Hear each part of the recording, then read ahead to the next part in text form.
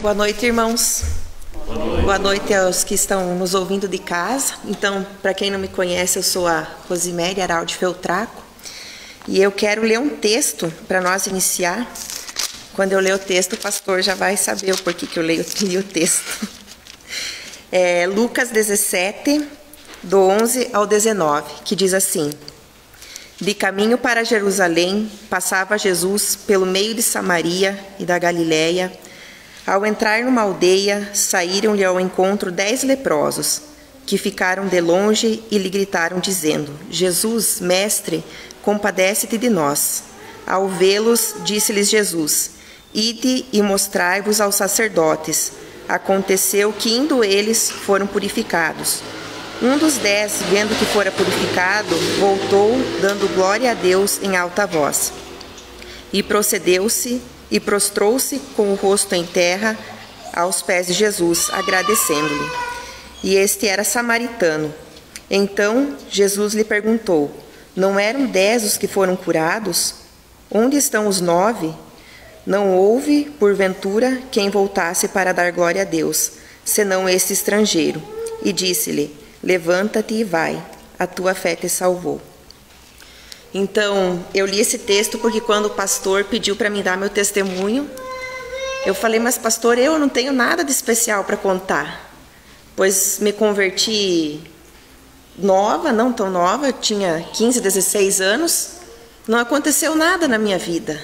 Eu pensava, foi por amor, não foi pela dor, o que eu tenho para contar? E depois que eu falei aquilo para o pastor, me incomodou tanto. Eu passei e de noite lá em casa me veio esse texto na cabeça. E eu pensando, eu sou um dos 9. Que Jesus me transformou, mas em vez de eu ter gratidão pela minha conversão, eu me tornei indiferente. Porque não foi pela dor, não aconteceu nada. Então, tudo normal. Daí aquele dia o pastor me falou: mas e como poderia ser a tua vida se você não tivesse aceitado Jesus? Daí isso que ficou passando um filme na minha cabeça, e eu até falei que eu escrevi hoje o que eu ia falar, porque vinha tanta coisa que eu tinha uns 3 sábados de testemunho. Se eu fosse falar tudo o que Jesus fez na minha vida. Então, eu caí bem naquilo que eu sempre tenho lutado desde que eu engravidei do Isaac. Que é o quê? Ter um coração sempre grato e sempre voltar e agradecer a Deus. Mas eu não lembrava da minha conversão, aquilo para mim. Só depois daquilo, depois que a gente passa por dificuldade. Eu fiquei pensando assim, será que todos que aceitam Jesus por amor são do meu jeito? Não pensam do que Jesus livrou, o que poderia ter acontecido? Então, assim, no início da minha conversão, o pai se converteu antes, como ele já tinha dado o testemunho dele esses dias. E a partir disso, ele me fazia ir na igreja. Eu queria ir no baile, daí nós fazíamos negociação. Ele me deixava no baile se eu ia no estudo. Daí então, eu ia. O primeiro estudo até falei para uma amiga minha: você vai junto comigo, porque você quer ir no baile também. Então você vai junto comigo, para mim poder ir. E beleza. Eu fui uns 2, 3 estudos assim, e daí isso já era um final de ano. Daí final de ano cheio de baile, festa e...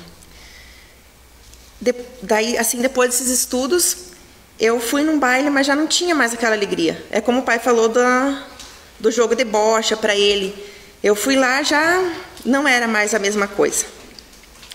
Aí eu fui num outro, fiquei até meia-noite e nem deu tempo de chegar todo mundo. Quando chegaram lá, eu já não estava mais. E a partir daquele dia, nunca mais eu fui. Só que nisso, assim, eu ainda ficava meio assim, porque daí o pessoal sempre em cima, e vamos. E daí você sofria muito no colégio, porque era todo mundo da turma, tipo, que eram teus amigos que você participava.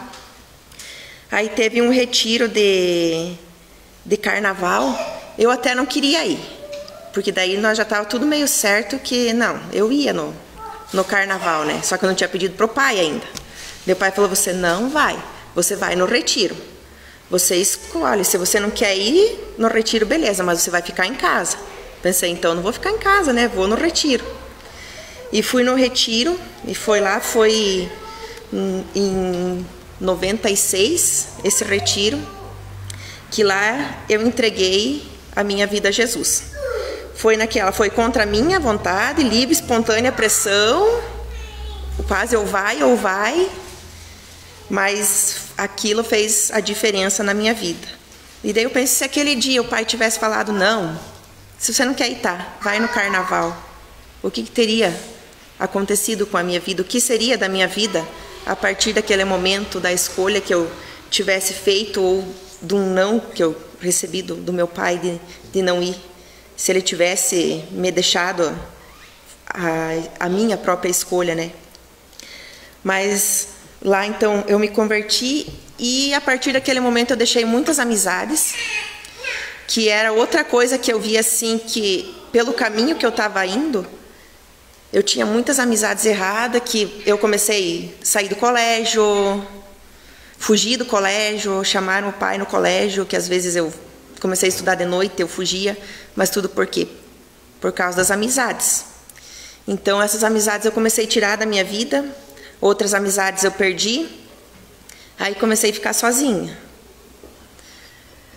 E daí eu escutava muita piadinha.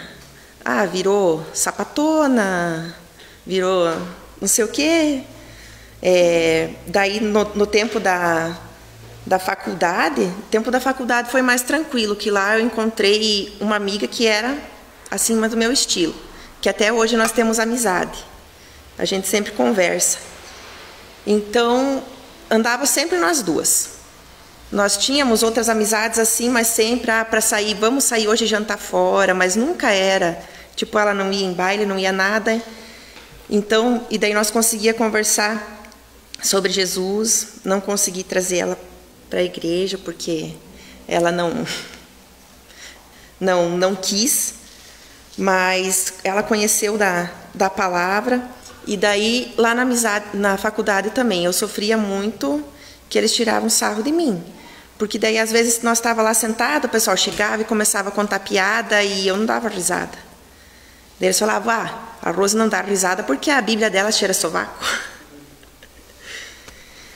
E daí, isso assim, às vezes me deixava triste, né? Mas, ao mesmo tempo, eu ficava feliz porque eu estava demonstrando a fé que eu tinha. Adiantava eu dar risada só para alegrar o meio que eu estava? Não, eu tinha que fazer aquilo que o meu coração mandava. Só que assim, uma coisa que eu sofri bastante era de carência afetiva. Eu tinha sempre que estar arrumando um namorado e eu falei, a gente vem aqui contar as coisas difíceis, né? Eu sempre tinha que estar arrumando um namorado para preencher aquela carência. Ainda não buscava em Jesus. Então eu arrumei até namorado pela internet.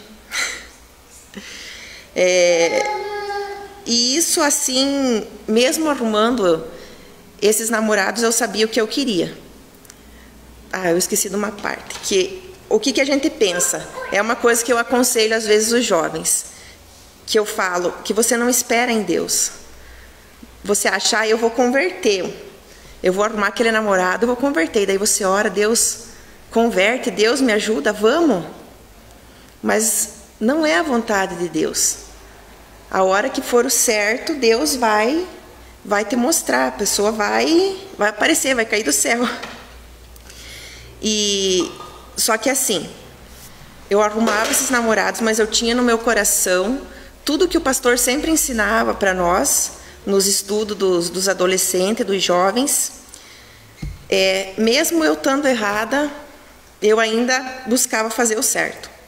Que eu sabia que o que eu queria era me guardar para o meu esposo. Então, quando eu via que, começavam a incomodar, quer um namoro mais apimentado, eu cascava fora. E isso não é comigo, não está acontecendo conversão. Até que um dia o Thiago começou a vir na igreja. Mas eu não tinha interesse nenhum por ele. E o pessoal da igreja me falava, oi, o Thiago. Eu falava, ô Thiago, eu não quero nem saber dele. Eu falei, mas nem sonhando, ainda que os sonhos da gente não são os sonhos de Deus, né? Eu falei, eu conheço ele do colégio, você não conhece ele. É a mesma coisa, você não conhece a Rose, né? O Thiago poderia dizer. Daí a gente julga. Aí ele trabalhava numa loja para baixo que eu trabalhava, e eu sempre passava pela loja para ir no correio. E um dia ele estava lá fora, e eu passei por ele assim, o meu coração parecia que ia sair pela boca. Eu falei, gente, o que é isso? Passar pelo Thiago. E eu vi que aquele dia, tipo, Deus é esse. Então, isso foi no ano de 2005. Nós começamos a namorar em outubro de 2005. E em novembro de 2006, nós casamos. Foi bem rápido. Aí tivemos 2 filhos, o Isaac e o Gabriel. E também nós tivemos muitas dificuldades junto, porque assim, Deus, ele trabalha em nós, trabalha no nosso coração, faz a diferença, mas quando nós aceitamos Jesus, ele jamais diz que nós vamos parar de passar por tribulações, que tudo vai ser as 1000 maravilhas, que tudo vai dar certo, que tudo vai ser um mar de rosas. E no período do nosso casamento, eu tive 3 abortos, que isso Deus me ensinou muito com esses 3 abortos, Deus me ensinou muito com a vida do Isaac, porque também com todas as tribulações que a gente passou com o Isaac, desde a concepção dele, que esse é um outro testemunho que eu vou dar para vocês depois, mais tarde. Mas assim, Deus trabalhou muito no meu coração. Eu sempre fui uma pessoa muito ansiosa. De chegar, às vezes, bater nas paredes, dar soco nas paredes de não saber o que fazer. De você querer que as coisas aconteçam e aquilo não acontecia. E Deus transformou tanto a minha vida no meio das tribulações, que às vezes eu estou passando por alguma coisa, porque eu digo assim, faz uns 3 anos que eu passo por tanta tribulação que nem eu sei como que eu estou me mantendo assim tão tranquila, tipo, se não fosse por Deus, né? Eu já estaria com depressão, mas sempre eu falo, Senhor, me ajuda, Senhor, me ajuda, Senhor, me ajuda. Problemas, tipo, na loja, às vezes a gente passa por algum problema em casa, como o Thiago já está dando risada. Esse mês, assim, nós estávamos meio encrencados um com o outro, meio de guerra lá em casa. E o Thiago já estava querendo sair de casa e eu quase não estava querendo que ele viesse para dentro de casa. Aí eu falei, Senhor, eu preciso que o Senhor me ajude, porque nenhum dos dois consegue conversar. Nós estamos ali se machucando, mas ninguém abre a boca para conseguir falar um com o outro. Eu falei, eu preciso que o Senhor me ajude. Porque eu queria que ele entendesse que eu estou passando por tanta dificuldade, que às vezes eu precisava que ele entendesse o porquê de tantas outras coisas, né, que acontecem. Só que daí ele tinha o lado dele também. Só que daí, como a gente não conversava, ninguém sabia de nada. Aí uma noite eu estava lá, aquela noite nós nem conversamos no celular, nem ele pediu como que as crianças estavam e nada. Eu falei, Senhor, eu preciso que o Senhor me ajude. Eu falei que me dê um caminho para mim conseguir conversar com ele. E daí veio na minha cabeça assim, peça para ele, se ele te ama, como eu, Cristo, amei a igreja. Daí ele chegou em casa, daí eu pedi para ele, eu falei, você foi brabo segunda-feira comigo, trabalhar, né? Eu falei assim, eu só queria que tu me dissesse uma coisa, você me ama como Cristo amou a igreja? Ele não respondeu, brincadeira. E ali fluiu a nossa conversa. A gente conseguiu conversar, ele colocou os pontos dele, eu coloquei os meus pontos e a gente se acertou. Então eu vejo que muitas vezes é por isso que um relacionamento não dá certo. porque a gente não coloca Deus no centro desse relacionamento. E as coisas começam a ir mal, e despencar, e é melhor o quê? Você pular fora do que você conversar e você se entender. E porque daí a gente vai deixando as coisas, às vezes a gente vive num mundo tão corrido, tão frenéticas as coisas, que você começa a não dar bola mais para quem está dentro da tua casa, você não tem tempo para os teus filhos, você só consegue pensar no que você tem que fazer, é trabalho, é limpar a casa, é cuidar dos filhos, e você vai esquecendo de tantas coisas, às vezes você esquece até da palavra de Deus. Mas eu digo que bom que Deus não é como a gente, que Ele nos ama tanto, tanto, tanto, que mesmo a gente sendo falho, às vezes nós não tirando tempo para Ele, mas Ele tem todo o tempo dele para a gente. Ele nos ama incondicionalmente, que Ele jamais nos abandona. Ele sempre está com a mão dele ali estendida para nos salvar, para nos guardar, para ser o nosso braço forte, a nossa fortaleza. E é por isso assim que eu entrego sempre tudo nas mãos dele, para que ele esteja fazendo o melhor para a minha vida. Às vezes o melhor não é aquilo que eu quero, é o que ele quer. E isso que eu sempre peço assim, que eu esteja aceitando, como as tribulações. É difícil a gente aceitar uma tribulação na vida da gente. Mas eu agradeço a Deus pelas tribulações, porque eu aprendi tanto que eu jamais iria aprender na minha vida o que eu aprendi. Eu posso dizer assim que Deus me curou da ansiedade que eu tinha, porque se eu fosse ansiosa hoje como eu era antes, eu, por tudo que eu venho passando, eu não sei o que seria de mim. Mas eu tenho tranquilidade. Às vezes quando eu recebo umas notícias que nem eu recebi sexta-feira, que eu não posso falar aqui, eu só falei: Senhor, o Senhor sabe o que faz. Eu não posso fazer nada. Está nas tuas mãos, que o Senhor encaminhe tudo o que o Senhor puder e que a sua vontade se cumpra. Que não adianta nós sofrermos por antecedência, nós não conseguimos fazer nada.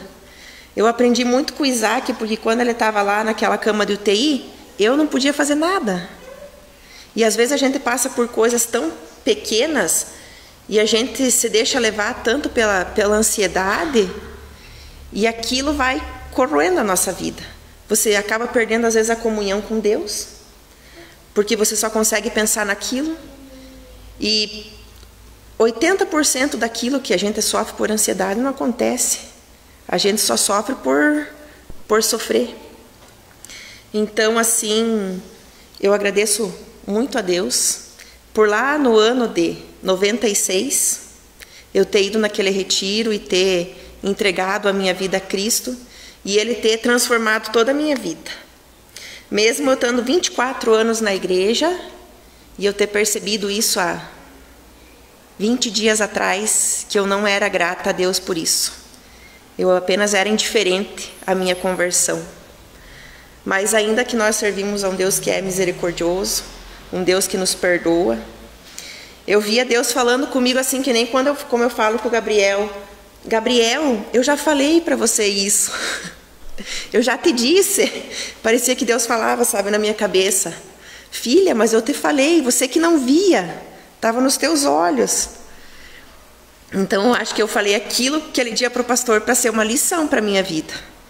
Porque depois veio tanta coisa, como eu já falei, que eu nem me lembrava na minha cabeça, e parece que Deus foi passando aquele filme, sabe? Você está indiferente, então agora eu vou te mostrar tudo o que eu fiz por você. Então, eu agradeço muito a Deus, e que a cada dia assim Ele sustente a minha vida, sustente a minha família, e que esse testemunho sirva assim para que muitas pessoas vejam que às vezes a gente vai a Jesus por amor, mas a gente acaba se tornando indiferente. Não vê aquilo que Jesus fez por nós, porque nós não tivemos sofrimento. Mas que nós saibamos a voltar a agradecer ao Senhor sempre. Amém, irmãos? Amém. Seria isso, pastor. Obrigado, pastor.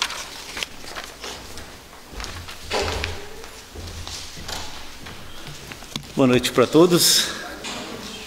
A Rose já começou com o texto, né? Concluiu o testemunho dela já com o texto que ela leu no início, né? E aí eu só queria falar uma coisinha. Os 3 abortos, eles são abortos espontâneos, né? E também outra coisinha. Muitas vezes o moço ou a moça pode sair o coração pela boca e não ser de Jesus. Se o coração não é de Jesus, ou se é pela metade de Jesus, porque daí pode sair pela boca por alguém errado, né? Então eu acredito assim que quando saiu, vamos dizer, dessa forma metafórica, né? Saiu pela boca o coração, porque no caso a Rose já tinha se submetido a Deus, né? E aí Jesus mexeu com o coração dela, então tá tudo certo. Eu queria só lembrar assim do texto que a Rose falou sobre a questão dos 10 leprosos e aqueles que eram acostumados a obedecer às leis de Deus. Eles não agradeceram a Deus pelo milagre, eles foram obedecer às regras e às leis de Deus. Mas a gratidão já era um princípio de Deus desde o início, né? E aí Deus muitas vezes falou assim: filho meu, dá-me o teu coração e os teus olhos vão se agradar dos meus caminhos. É algo natural.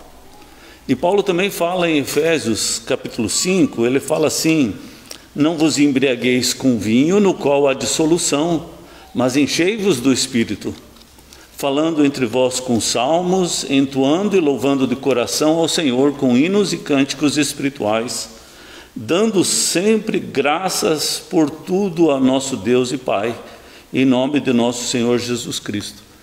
Então, uma boa lição esse testemunho da Rose, né? Porque como é fácil de nós perdermos aquilo que é o ponto maior de toda a lei de Deus, que é a gratidão, que é a entrega total e assim, o dia todo ser dele, viver na presença dele. Deus disse para Abraão: anda na minha presença e seja perfeito.